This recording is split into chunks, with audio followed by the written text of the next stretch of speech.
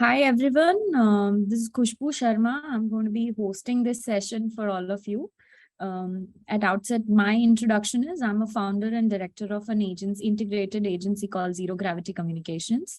I'm very honored to host this session because someone that I'm going to be hosting is a veteran, over 2 decades of experience into branding, marketing, communication from so many multiple facets of advertising. She's been part of the brand. She's been part of the media side of it. She's been now part of the more governing part of advertising part of it, which is very interesting, coming to a journey in advertising where first you become a marketer, to then you become a media, and then you kind of also get to set rules and make sure that the trust on overall advertising is maintained. I would like to welcome Miss Manimala Hazarika. Welcome to Brand Fest, and we are glad to have you. She is a chief marketing officer for ASCI. I'll take a second to kind of introduce what is ASCI. It's a self-regulatory voluntary organization for advertising industry, basically established in 1985, working on making sure that there are governing rules for the advertising industry. It is for advertiser, for advertising agencies, media, including broadcasters, and for market research. So if there are complaints about advertising done by any brand, or if the brand's supposed to follow any rules, I think ASCI is playing a key role. And I think we'll move over to Manimala to kind of talk more about it, what all work they are doing in ASCI and how they're helping the advertising age in today's time. Manimala, over to you. Glad to have you here. Thank you so much, Khushbu. I think that was a very well-rounded introduction. Thank you for the same. And I think I would like to thank Brand Fest, Brand Club Gujarat, and Sanjay specifically for inviting me to be present here today and talk to all of you. And yes, I come with almost, I think now 23 years of experience, started with brand marketing in a firm called Pidilite, which manufactures Fevicol, Fevistick. So I handle most of them. After that, moved on to Times of India, post which I dabbled a bit into entrepreneurship. I did about 6 years of entrepreneurship. Started in a firm called Moms and Babies in the maternity and fabric, baby space. It was a health tech. Built it up to a certain level, and then could not grow it. I think COVID was definitely a spoil sport. Also because I missed a lot of doing marketing and branding work. So came back this time, as Khushbu says, on the other side of the table, on the regulatory side. And I think it's a very interesting space today because with the advent of digitization and, the sort of exponential growth of advertisers and advertising, the role of ASCI is, constantly changing today. What we normally do is, we have a system wherein we have tie up with something called TAM. They monitor a lot of, TV and print and radio ads for us. Over and above that, we also have collaboration with a French organization called Reach, who monitors approximately 3,000 digital sites for us to ensure that, there's a certain compliance to our guidelines in every aspect. Especially digital becomes really challenging because I think there are too many ads, too many advertisers, and very, very young people joining entrepreneurship. And, D2C brands are definitely doing a lot of advertising today. And yes, but we are hopeful. And I think we are working very closely with the industry, with the advertisers and agencies. And yeah, we'll definitely keep the space safe for the consumers. Our final aim is to, of course, protect consumers. But having said that, we are not like a policeman or, somebody in the industry. We are a part of the industry, formed by the industry to self-regulate and ensure that, the industry keeps safe from each of the advertisers have a certain responsibility towards, their brand as well as the consumers. And that is where we come in. So thank you so much, Manimala. I would like to take the session forward with a key pointer saying that, as our name of our session suggests, trust, the trinity of trust between consumer, influencer, and brands. So let me just ask you how important or how interesting this word trust is. Where are we coming with it and what does it mean? I think it's not only today. I think trust is always the most important in any form of relationship, be it personal, be it professional, be it a brand and an advertiser or a consumer. Especially in the economy, I think when it comes to consumers, trust is the main factor. When consumers have to trust a brand to feel like using the brand. So, yeah, Khushbu, though that is the topic, I would like to, I have put together a few slides for the audience here. Influencer marketing is a very new thing, very nascent industry. And I think while most of us are hearing a lot about it, some of us are dabbling in it. But I think the understanding somewhere is, still, even we are probably not too clear as of now.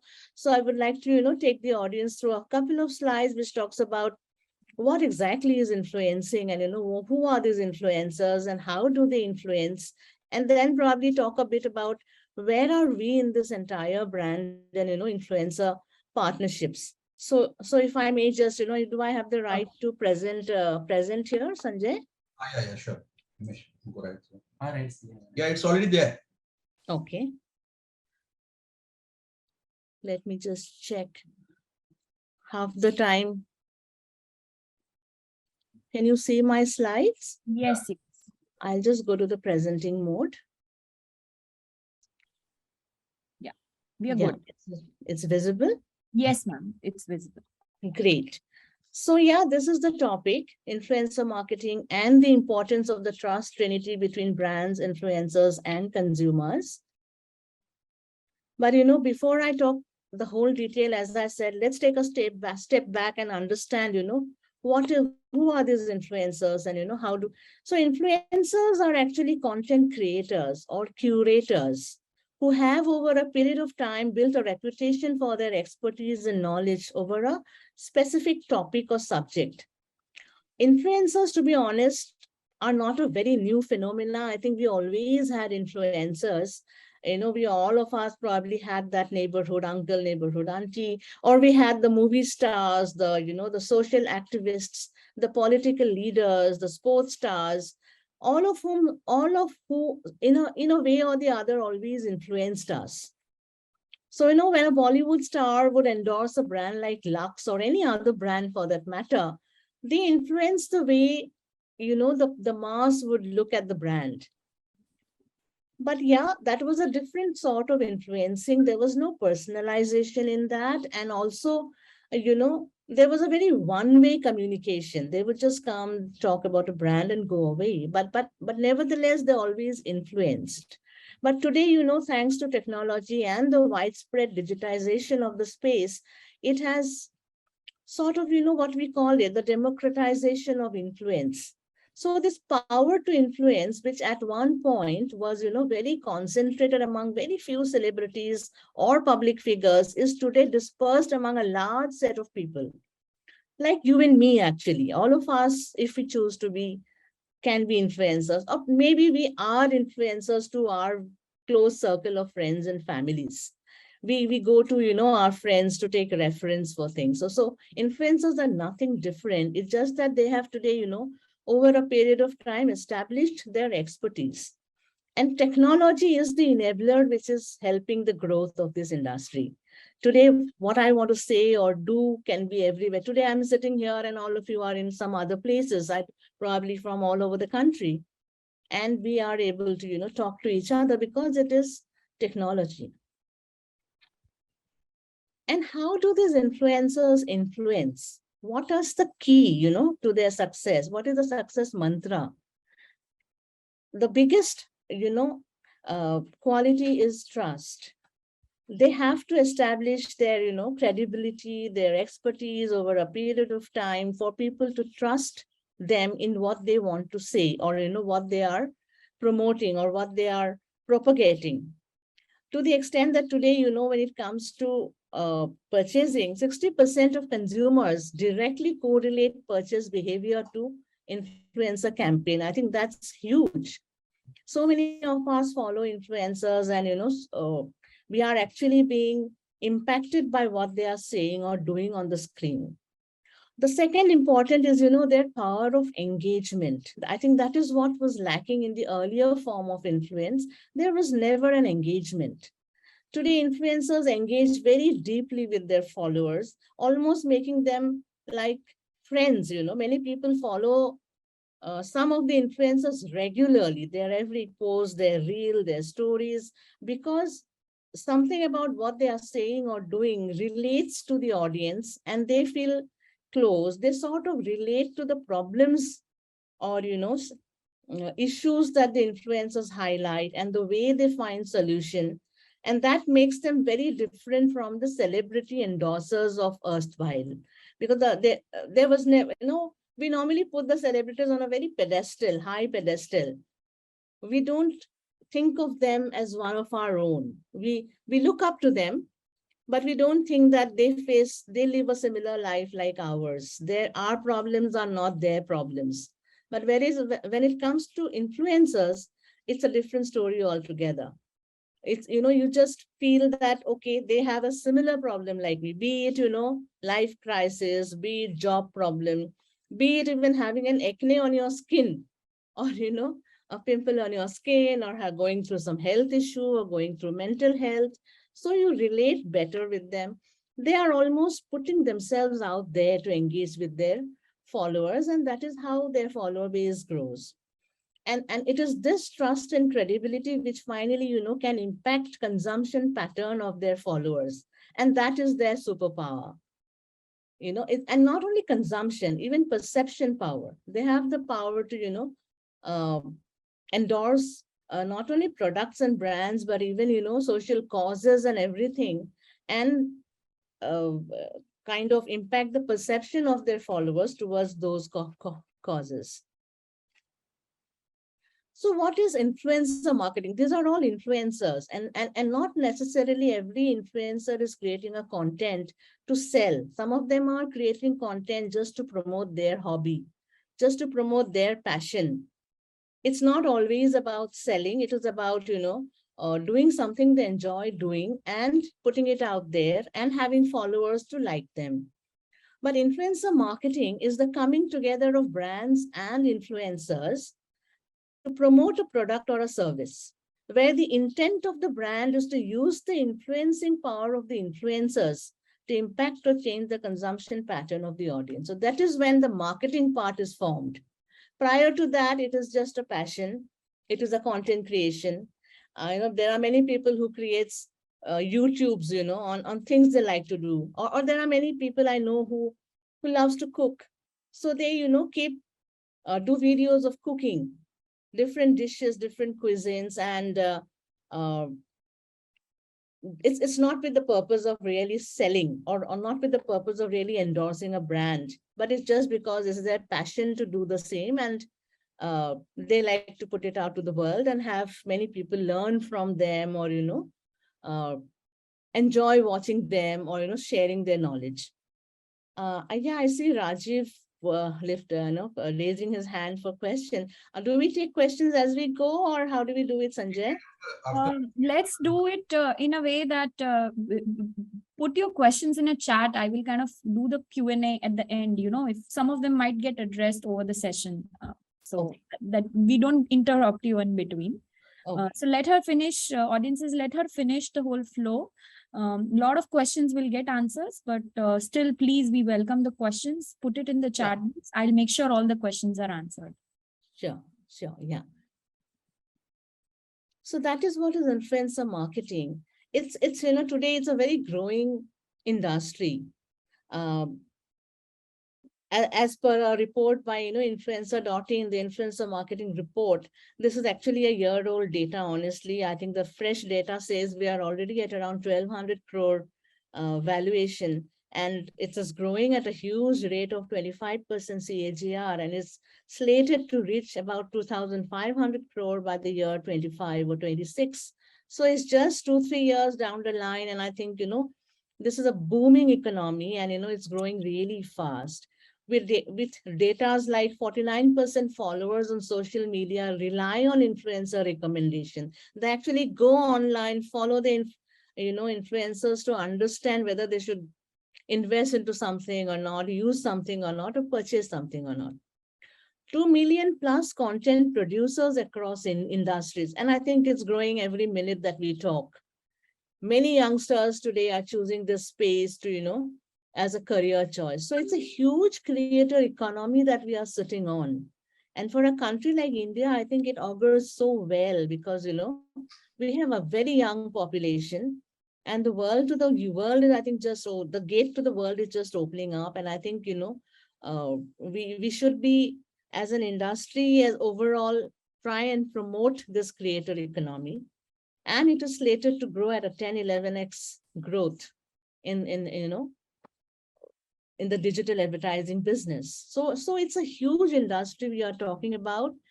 And so as I say, is the new shiny marketing tool, but something where none of us are really very clear as of now. And I think both brands and influencers are still trying to figure out, what do the marketers say? Our survey says, Inca report says 100% marketers feel influencer marketing is a high priority in their marketing strategy. 89% marketers agree that the return on investment on influencer marketing is far better than any other traditional marketing channels. And 84% marketers are interested in developing and launching at least one influencer marketing campaign. And why influencer marketing? What is so positive about this whole influencer marketing? First of all, of course, it gives you a wide and deep reach. No other marketing channel provides a better reach across geographies and demographies. And that too, as I said, with high engagement. Video ads probably, or TV ads probably will also give you a wide and deep reach with the kind of slots and, channels and programs that you can select. But even then, it's number one, it's expensive. Number two, there's no interactivity. So you don't know what impact you are creating. It's being visible, but you don't know whether the audiences are really reacting to it or not. But whereas in case of influencer marketing, the engagement rate, the number of people talking about it, the number of people sharing your campaign or talking about your campaign. Second is, a huge regional and vernacular reach at a much minimal cost, extremely cost effective, yet it reaches your vernacular audiences. And all of us know, instead of a one language, today, if you go to produce a television ad, which was what it was earlier, creating the ad itself was expensive. Then doing translation in vernacular language was another expense.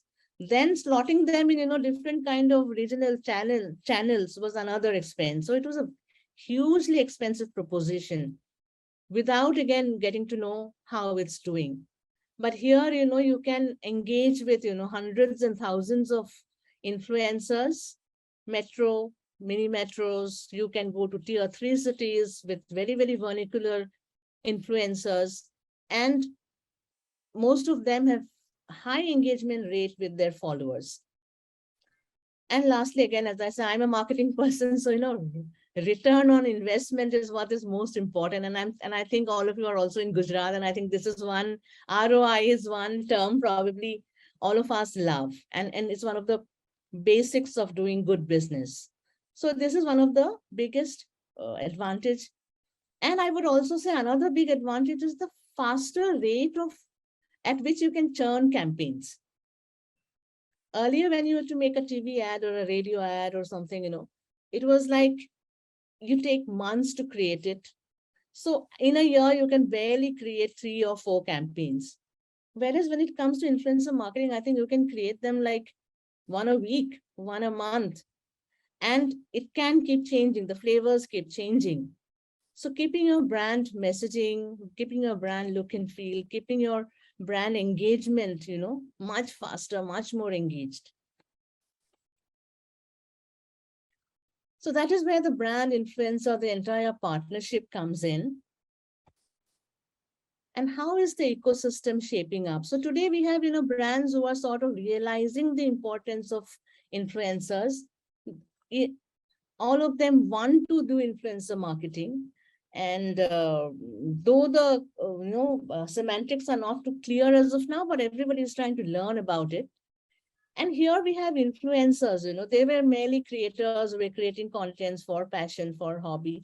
But today with all this and this new form partnership with brands, they are suddenly realizing their enormous power. They are realizing their negotiation power with the brands. And both are currently figuring out, ways to work with each other. We are seeing a lot of campaigns, different ways of engagement, collaborations, paid partnerships, advertisements, barters, gifts, whatever. But what is working? I know people are trying out codes. People are trying out a special code for these are again though we have sort of learned that okay, this is the way to engage, but we are yet to figure out how to measure the success of a campaign. And that is something I think over the time it will take a little time, and people are working towards it, and we'll get there. But as of now, it is only about likes, shares, engagement, sales, the basic figures. And with this entire ecosystem shaping up, I think we are also seeing a lot of influencer marketing agencies. They are becoming an emerging driving force in this entire influencer marketing landscape. They are the ones who are now, because what happens is influencers are a very young population. There's no entry barrier. There's no age barrier.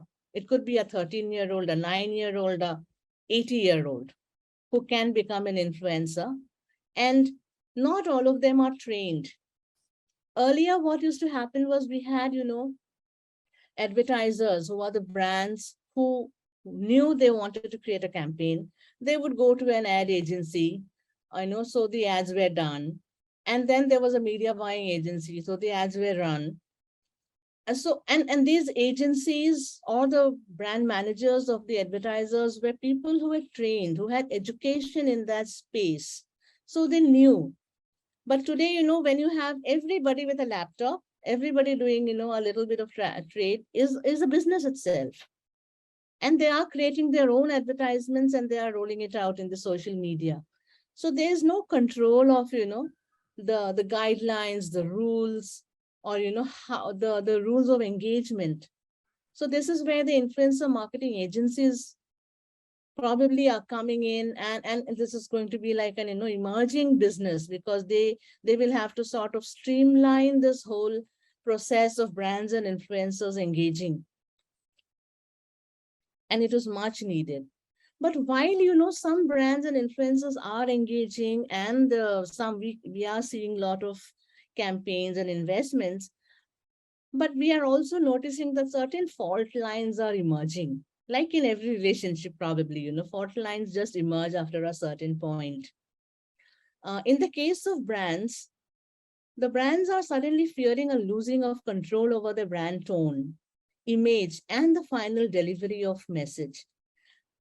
Unlike erstwhile, where, the brands would very carefully work through the storyboard, the script, the brand tone, the brand message that is going out, when you engage an influencer, you cannot give a set script, because every influencer have their own persona. They deliver a script in their own style, because that is the way they connect with their followers. If you give them a script, and if they roll it out, they don't look authentic, and their followers do not trust them then. So the influencers normally craft the message, final message, depending on their own style and persona. And this is where the brands are fearing that if there's any mistake that has been done by the influencers while delivering this final message of the brand, the negative consequences always, of course, come to the brands, right? That it's a wrong claim, or a misleading ad, or something, or the brand, the tone came out wrong. So the brands are finding it very difficult to balance this need for control and also the search of a unique content. They also like it that, thousands of influencers are talking about their brand and product in different ways, different tone, but at the same time are also wary of this. At the same time, influencers, they know that their followers love them because of their unique content, because they're organic content. But they also understand that they need brand collaboration for their own brand, career growth, for the money, for the business angle of it. But they also fear that adopting too much of brand tone, will it wipe out their own tone? Just imagine, I'm sure all of you know Kusha Kapila, or Dolly Singh, or some of the other famous, influencers. If they start delivering their the brand's messages in a way that is not their own tone, their followers are not going to be following them for long. Their followers are there because they love the way they talk, they love the way they present things. And if that is missing, then I think, the whole reason for them to follow that influencer dies down. So these are the dilemmas both brands and So, influencers. Manimala, I'm going to ask you a question, and I think it will Sure. come from most of us here. Now, you presented a very interesting point of view that, yes, we follow influencers because there's a tonality, there's the language, there is a sort of content Persona, affinity. Content affinity that their followers have for the type of content that they are preparing. Now there is a brand which has the completely different identity and a personality, and a product comes from a different ecosystem, which is basically trying to tap into the influencers followers, or influencers people who are admire them on digital platform. So isn't it a very interesting thing that poses a question that the type of influencers that you take, which matches your brand archetype, whose amplification of the content will not dilute your brand personality, whereas also the story that they tell, which has to be, like you said, has to be very authentic to their tone of content. But how do you match that to the brand tone of content, that it doesn't look forced, but it also doesn't look endorsement, it looks natural integration? So am I right in understanding, or is it too much reading into it? No, I think you were perfectly right in your understanding. And I think I'm talking about that in one of the later slides. Oh, I'm so sorry to bring it up. That's perfectly fine. So as I said, let me probably just run through it in the next 10 minutes, and then we open it up for all the Q&As. Yeah. So while, they are working out these, so how should brands and influence navigate this fault lines or find a way forward? So what we see, and we recently released a report in one of our events recently. It was a summit called Brand and Influencer Summit, which was named Get It Right. So the report says, probably form a deeper long-term partnership with the influencers, so that the influencers are not just influencers for your one campaign or two campaign, but they become deeply involved brand ambassadors, and hence they take the effort to learn about the brand. They take the effort to, understand what the brand stands for, the values of the brand. And also, as you rightly said, Khushbu, the brand should also search for, the right archetype of influencers who suits the brand's need. Like a brand like Red Bull probably will take a different sort of influencer than a brand like, a Surf Excel. True. Or a bank. True. So all of them will need to have people who talk in a certain personality and have a certain kind of target audience. The second point is, don't use, influencers just as content deliverers, but rather, effective content creators. So once you engage with them in the long-term thing, and the influencers understand the values and ethos of a brand, they will also understand the way to talk about the brand. And lastly, value their expertise. Influencers, as I in the very initial said, that they are experts, they have built their expertise. It may not be what they have studied in life, but something they are passionate enough to build their expertise and knowledge on the subject. And hence, encourage a two-way flow of information and early engagement in developing the creative brief.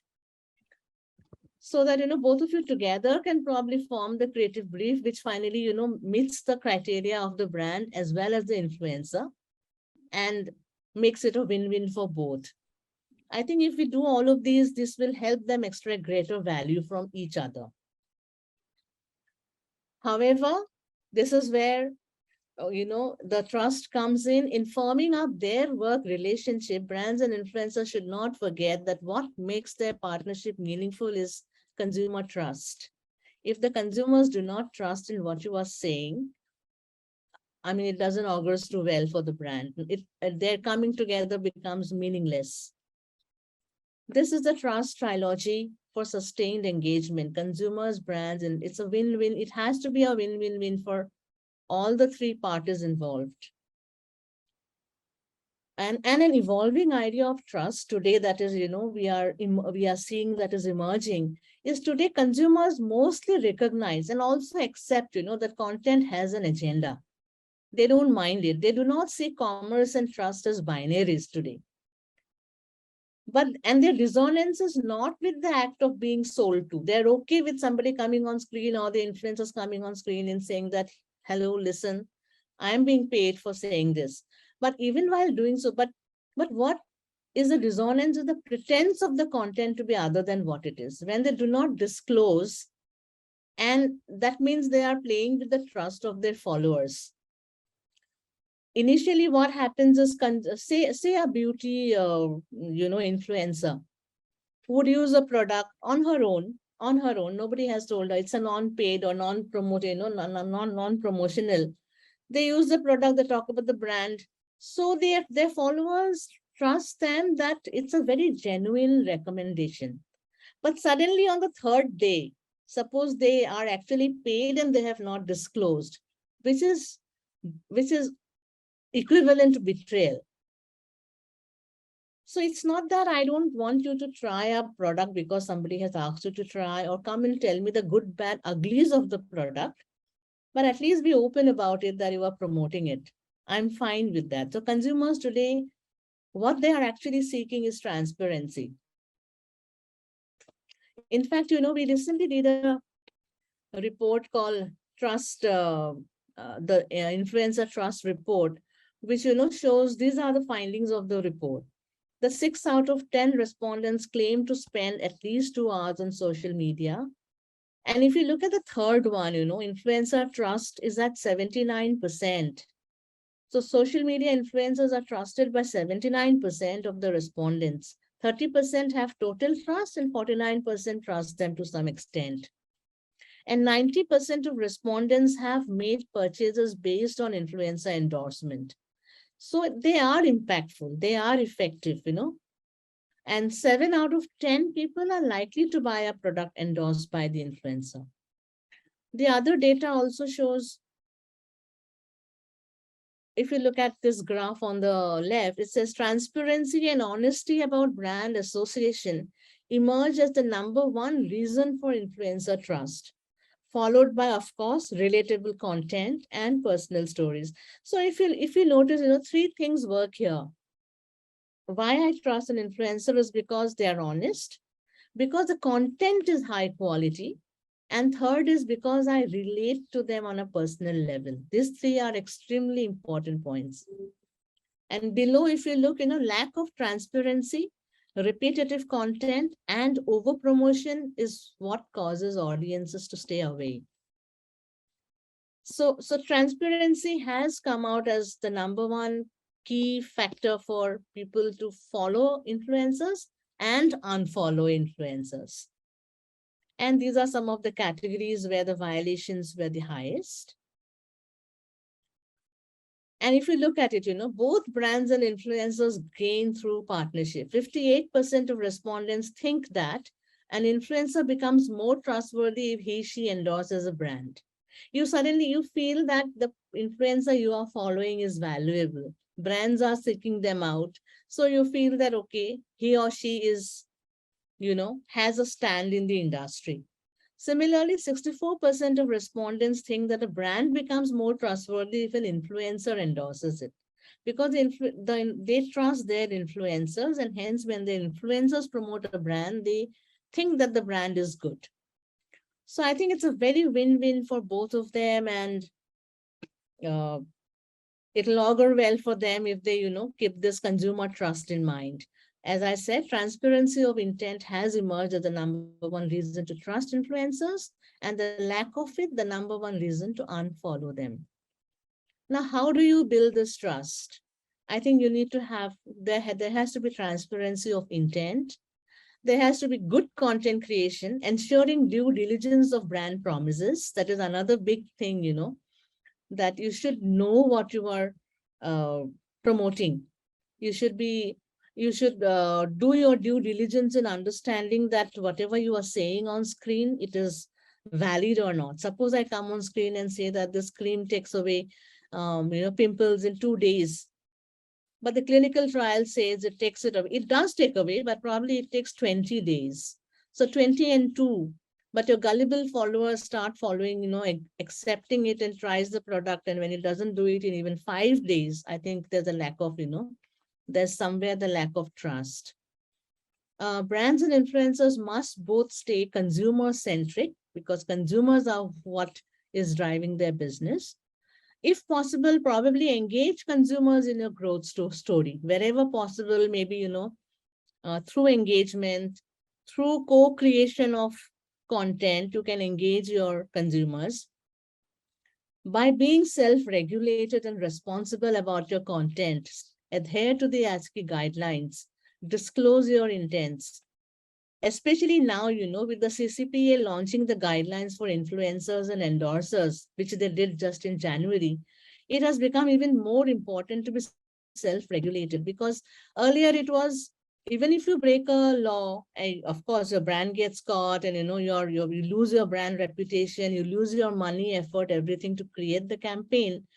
But at least, it wasn't a law. But today, if you violate, you are on the wrong side of the law of the land. So all the more important to understand what are these guidelines and try and stick to them maximum. So trust in content and conduct will lay a strong foundation for sustainable relationships between brands, influencers, and consumers. This is the trust trinity that I wanted to talk about. Thank you. Thank you so much, Manimala. You've been like a gem. You have like shared a wisdom basics of influencer marketing. A lot of things that we know, we kind of implement, but then we don't have perspective to it because it's a so evolving industry. Like we say, nobody can say that, everyone knows it all, or no agency. Like you rightly said, 9th standard kid can also start an influencer agency, or anyone can be an influencer. And, it's always like, because I'll talk a little bit more, and I'll need your opinion on that. Is like, can I stop sharing the screen now, right? Yeah, absolutely fine. So it's a very interesting space, because the most unorganized as a market, like where we were 10 years back with digital marketing, that what is it, how is it going to help, nobody knows, everybody's trying to put the pieces together, and influencer marketing is very much the same in today's time. I would like to ask you that how does ASCI play a role in kind of because I was reading your trust report, I was doing the homework with, I stay updated with all through social media, what the rules and regulators. I've seen in last 2 years there's a conscious effort being put by ASCI on guidelines for influencers. Yes. I think it wasn't there 2 years back. Yeah, so you guys have put so can you would you like to talk more about what efforts you are taking for this? Sure, definitely. So, I think, yes, ASCI was the first to take cognizance of this growing industry, way ahead of anybody else. And we launched our influencer guidelines, the basic ones, in year 2021, which talks about more about, the disclosures that they have to put, the way the disclosures have to be put, the voiceovers to be done, where they need to be placed. So our basic guideline has everything. I would really suggest everybody wanting to get into it to go to our website, ascionline.in, and go through these guidelines so that you know the basics of what to do right. And now, as I said, we are working very closely with the government, also with the industry, and, also with many of the social media, social influencer agencies, marketing agencies, to understand, how this space is evolving, where we can come in. As I earlier said, ASCI is not like a police person waiting to catch you only when you do a mistake. To be honest, we are here to, in fact, help you get it right rather than get it wrong. And then we catch you. So we, the whole reason we recently did this summit, a brand influencer summit, which was attended by almost 450 odd influencers and brand teams. And the whole reason, the objective of the summit itself was to, bring brands and influencers under one roof and explain to them, showcase to them the what happens when they do it right, how they can do it right, and what are the penalties of. In fact, Shri Rohit Singh, the Secretary of Department of Consumer Affairs, gave the keynote address for the summit, and he specifically said that thanks to ASCI, who has been always ahead of the curve and came out with these guidelines 2 years back, which the government has just released. And government is also, of course, as I said, we work together with them. So there are 99%, overlap of the guidelines. And since it's a law today, I think before it becomes a legal issue, it's better to be self-regulated and stay safe. So true. And so going ahead also, Khushbu, I think at ASCI, we are working towards it. We have yet not launched it, but we are working towards launching something called an ASCI Academy, through which probably we are also looking at launching a lot of certification courses, basic codes, sector-specific codes, and one of them would also be probably influencer certification course. Oh, wow. Because there are so many youngsters coming in, I think there's a need to tell them the basics of doing it right and doing it wrong. True, very true. So there's an interesting question which has come. I'd like you to attend. How do you consider influencer marketing for B2B business? Because B2C consumer goods, we know under the sun of sugar to cosmetics, eatable to everything has been being sold by influencers. It's fine. How do you consider B2B being helped by influencer marketing? I think it is being helped even in a B2B space, because today I think all of us, be it, as consumers, and B2B business is also a consumer at the end of the day. And they are also on the internet finding out, what others are doing. And the influencers definitely can have, of course, the kind of influencer you'll engage for a B2C and a B2B will be different. But say you are talking about, interiors, you're talking about a building architect. So it's not like you are going to engage a beauty influencer. So you'll engage an architect probably, who will be, speaking about the good, bad, uglies of your product. So it definitely helps.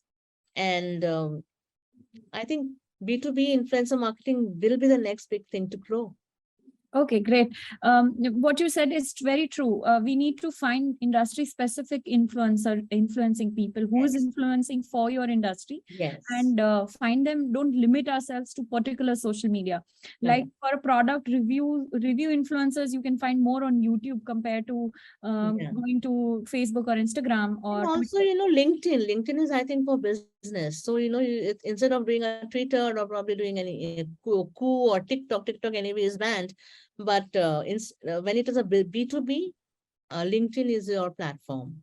So coming to the next question, Manimala, now I think when an influencer is endorsing a product in a particular category, and the same influencer in a very short span of time endorses the similar product of different product of the same category, how is the trust built? Like how do we call it authentic? Like you can't be using 5 moisturizers as a person, but if you see beauty influencers, they have same category, multiple product they are endorsing for. So where is the authenticity and a trust in this as per you, or does it follow in any guideline or not? That does not follow in our ASCI guideline, of course, because for us, as long as you may as well be, promoting 10 different brands in the same category, but as long as you say that these are all ads, we are fine from the ASCI point of view.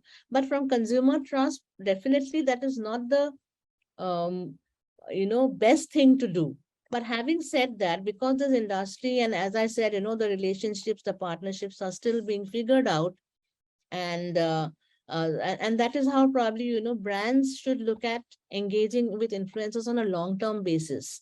Then this whole need for them to go and endorse their competition brand will also be much lesser. I don't think even the influencers like doing it or will like doing it, but I mean it's business for them as of now, and until that time, till the time everything is smoothened out, I think this is the way it will be. So true. While reading to your report, I found a very interesting link at the end of it, which says, complaints filed in ASCI for brands. And this is very interesting link. Trust me, I went through the whole thing for last 2 years in an Excel sheet. Right. Anyone interested can go through if you Right. like dig into data. Anything in ASCII is a very public, everything is in I know. public domain. You can Yes. just go and check which brands, why they were being, flagged off, or what were True. the complaints. So if you are getting into food or a beauty or something, you can go and check. Say you are wanting to do a certain claim, you can go check our website to see if this kind of claims have already been, flagged off, or were there any specific complaints against such claims. So yeah, we are all public. Yeah. And they were interesting list. It's a lot of learning to know that what not to do. There's a guidebook out there. Yeah. Anyone looking for influencer marketing can really go there, and there's a lot of learning material on their website. Now my question is, what does ASCII do with it after this complaint? What do you guys? How do you regulate it? Okay. So see, we have a very independent, complaints council, management council, which is comprised of, partly industry and partly civil society.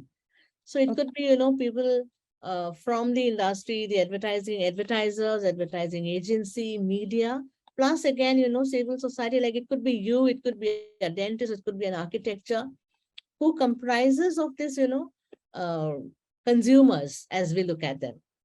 And they would be, the ASCII only sort of validates the complaints that comes in the point of view that where they write, where was this aired, has it been really said the way it is mentioned here? And then these whole complaints are put up to the CCC committee. Okay. And they evaluate whether, what is being said, are they breaching any ASCII code or not. And the independent CCC is what finally gives a resolution, whether the ad was to be upheld, modified, and then we speak to the advertisers. If there are most of the time what happens is many mistakes are done unintentional, and they are not major mistakes sometimes. Sometimes it's just about wording. Probably what they were trying to say, the way it's put up sounds wrong. So we then ask them to modify it, which they do. In case of influencers, what happens is most of the time they forget. Either they forget to put the disclosures, or they do it amongst 15 hashtags and then beech mein kahin hashtag ad. It is not done. The guideline says you have to clearly say it's an ad. Maybe it should be the first hashtag, in fact, hashtag ad or hashtag collab. Or today even the platforms are becoming very distinct, like Instagram, Meta. They have done that paid partnership tag. You can actually select a paid partnership tag, so that your consumers in the very first glance understand that, okay, this is a promotion. But even then, there was a fear till now that, if influencers say it's a paid partnership or an ad, will their followers, not like it? Will their followers not engage? Will their followers think them that they are very salesy? But that's not the case, honestly, All that the followers want is to tell them upfront that this is an ad, and probably also tell them the good, bad, uglies of a product. It's a very different question. Would you like, you will have on top of your mind any of the interesting campaigns where there were red flags and because of ASCII's involvement, they had to change it? Would you like to share any case studies with us? In your recent time, just top of your mind. I don't remember offhand like this just now, but as I said, no, these are all public thing and you can just go and check what it was. But mostly for influencers, honestly, it was the lack of disclosures, not Okay, lack anything of else. disclosure. And some of them are, as I said, claims which are not verified. All that we want, we are not saying don't say that you are the best or you are the number one or whatever. As long as you can, Valid substantiate with it with a yeah. market research, with data or a source of this, the claim.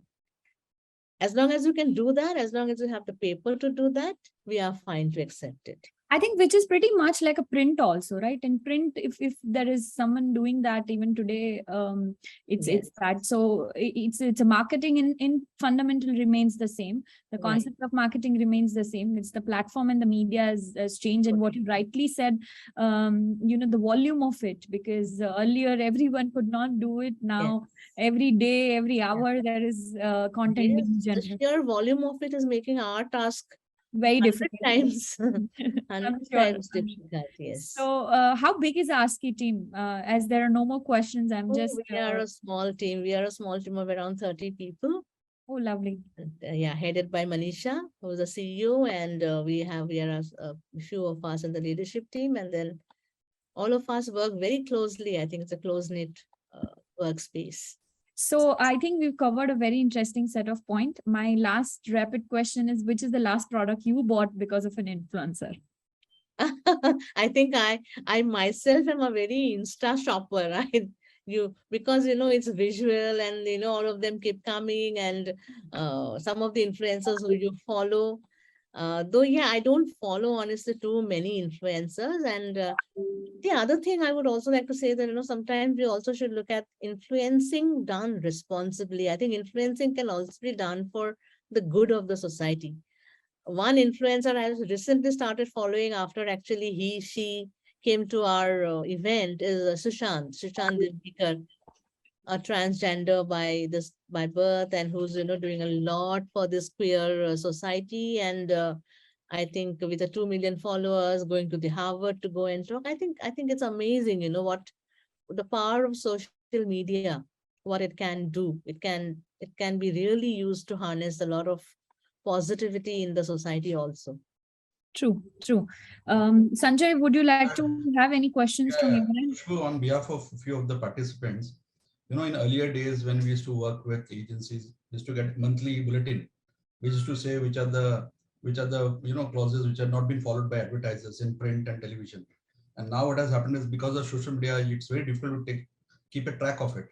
And earlier when you used to have it, there were a complainant, for example, an advertiser or a competitor who complains, and you come out with a solution of it. So how do you manage these social media things? Because they see, earlier what used to happen, the advertiser used to invest money to print or to advertise in television. Social media is very easy now. Once you say something, they will remove it or they will put it. So there is no cost into it. So no cost, I think more complexity happens. So how do you tap that? Or you wait for people to complain about that social media post or something like that? Not really. As we are working very closely with an agency in France called Reach. So they monitor about 3,000 sites for us for all the relevant keywords that we want them to monitor.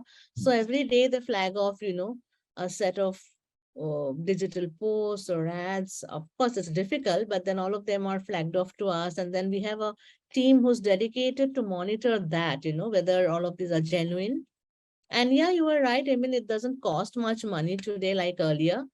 But then we that's the way we are monitoring it today. So I'll add to what you said. Trying to send out as many communication to our members, to marketing people in the industry about certain do's and don'ts and what others are doing and what was flagged off and what was an issue. So So Sanjay, to add to your question is, earlier the client would say dal do, and what maximum kya karenge, hum delete kar denge.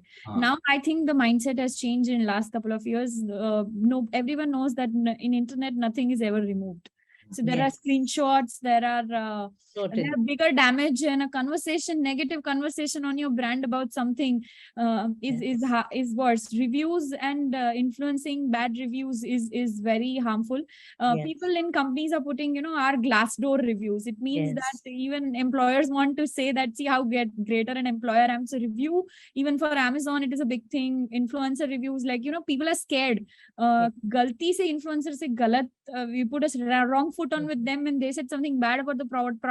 It's going to go harm's way. So I think it's become more cautious, because at least print mein wo paper chala gaya, whatever you legally fight, commercially fight, spending money, wo chalega. Today, if you ask a brand saying that I messed up in a print ad, costed versus I messed up digital, it's more expensive now. No, that to correct the point that it's not paisa nahi lagta, it's image that's getting costed much higher.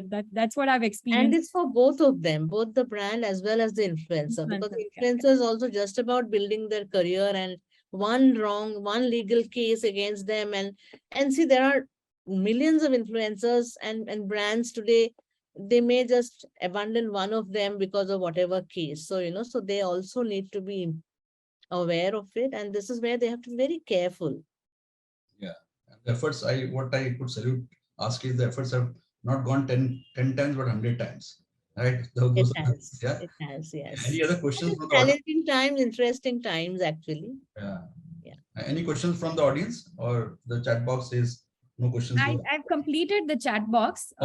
Asked a set of other questions also. That's why now last I came to you, if you have any more questions. Great. Manimala, thank you very much for, giving your valuable time to us. Thank you so much for having me here. And enlightening us with this session. And definitely we look forward to have many such sessions with you and your team. Sure. And we know where to go when we have any complaint. Sure. I think, Sanjay, we have 5 more minutes, and I would like to take Manimala for one thing is, can you share how can agencies, advertisers, and influencers be part of ASCI? What's the way they can stay connected through that with the activity and everything that you guys are doing?